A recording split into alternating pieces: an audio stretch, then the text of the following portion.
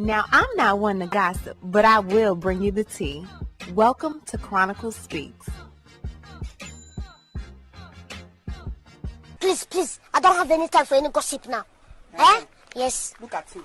Diddy is truly living by the motto, can't stop, won't stop. Diddy's team is once again asking for a hearing regarding the suppression of any notes that the government may have seen during the raid. They also stated that they spoke to the Bureau of Prison, which let them know that the investigator that not only searched Diddy's cell, but took pictures of his notes, his notepads, does not work for the Bureau of Prison and is not even based in New York. Not only that, Diddy's team is upset, stating that the government has been monitoring Diddy's communications with his defense team. Depending on the evidence that is adduced during this hearing, Diddy's team is asking for a dismissal of the indictment once again. Diddy is not giving up, and it doesn't look like his team will either. We are going to get into this story and so much more, but before we do, please be sure to subscribe to this channel and hit the bell for notifications so you don't miss out on any news regarding this story and so much more. Now let's get back into it. So Judge Subramanian denying Diddy's bail is probably not the results that Diddy nor his team thought they were going to get,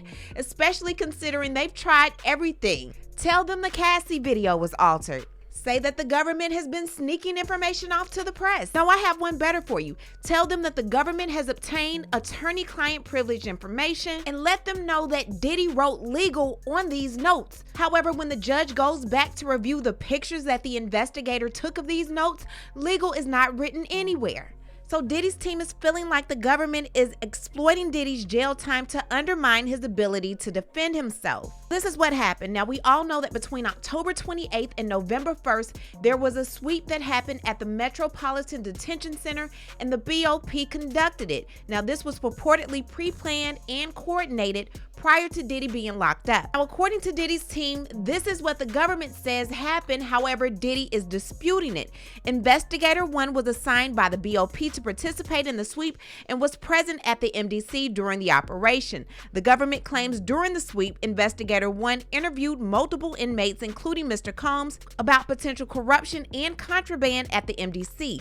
Now, the Investigator 1 then searched Mr. Combs' area for contraband. He found none. He then encountered a manila folder marked blank, as well as an address book and several legal pads that the government categorized as a single blank. According to the government, Investigator 1 set aside the manila folder and then reviewed the photograph blank. Notwithstanding the fact that the photographs clearly reflect pages from at least 2 legal pads as well as stray pages. There are 19 photographs, 10 of which depict Mr. Combs' legal pads. So if you're starting to feel like, does she have amnesia? Why is she talking about this again? It's because Diddy's team is now rehashing it. It's not like Judge Subramanian didn't already tell them it's a no-go. He asked Diddy if he retroactively wrote legal on these pads. So Diddy's team is like, well, maybe it wasn't on all the pads, but it was on some of the pads where the ones in question didn't have legal on the picture. So Diddy's team is now feeling like the government's story does not match the defense's story.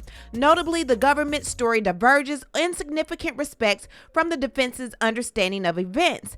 First, it is not clear to the defense that Investigator 1 is actually an MDC employee. For example, the assistant warden at the MDC has since represented that Investigator 1 is not anyone under his command, and the agent who interviewed Mr. Combs during the sweep was not based in New York. Second, the notes at issue were not stored on Mr. Combs' bunk, but were stored in his locker, meaning the government's description of the chain of custody of the notes is incomplete and inaccurate. And finally, the defense has been told by BOP guards at the MDC that they do not carry cameras or cell phones, and it is not usual policy or procedure to do so or take photographs such as the ones taken by Investigator 1. So in essence, it seems like Diddy's team believes the government personally hired Investigator 1 to investigate Diddy, and they not only feel that Investigator 1 took those photographs, but they're saying that he also went through other things in Diddy's belongings and possibly gave that information to the government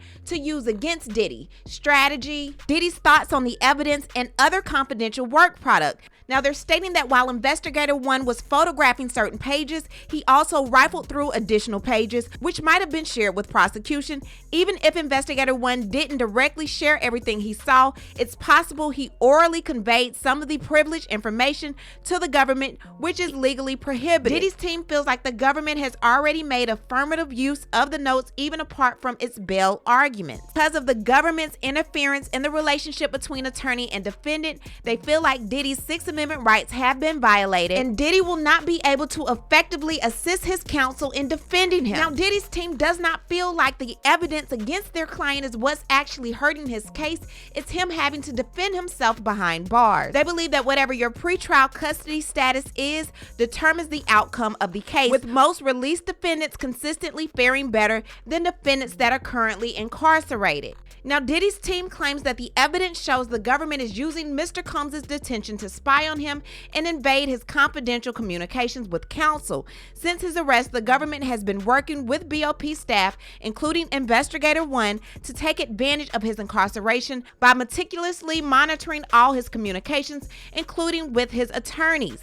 They feel like the illegal search and everything that the defense is doing is in hopes that the prosecution will get a leg up against Mr. Combs, including his handwritten privilege notes and a roadmap to his defense.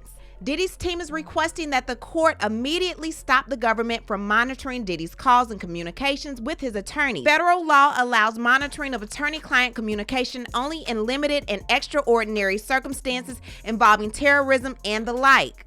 They do not believe that there's any legal basis for the government's monitoring of Mr. Combs' privileged communication in this case. Moreover, they feel like the government's conduct to date makes it clear that they cannot be trusted, and they feel like there's no legal basis for the government's monitoring of Mr. Combs' privileged communication in this case.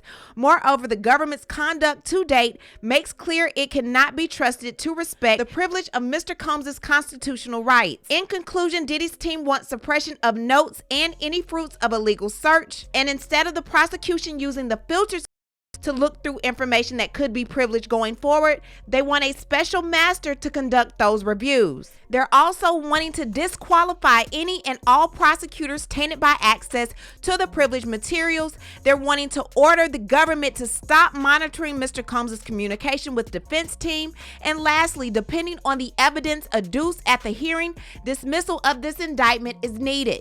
I know Diddy's team is about to piss Judge Subramanian off. He's already said, hey, you guys lied, but they want to come back and continue the lies. Diddy's team does not stop, won't stop, and I can guarantee Diddy is probably in their ear cussing them out daily, wanting to get out of there and wanting to know why they can't get him out of there. What I need to do is hear from you. What do you think about everything going on in the crazy world of Diddy? Leave a comment, and you know how we do. We'll talk about it down below. Talk to you guys later. Bye. As always, thanks for watching. But before you go, don't forget to hit the subscribe button, hit the like button, and hit the bell so you don't miss out on any of my new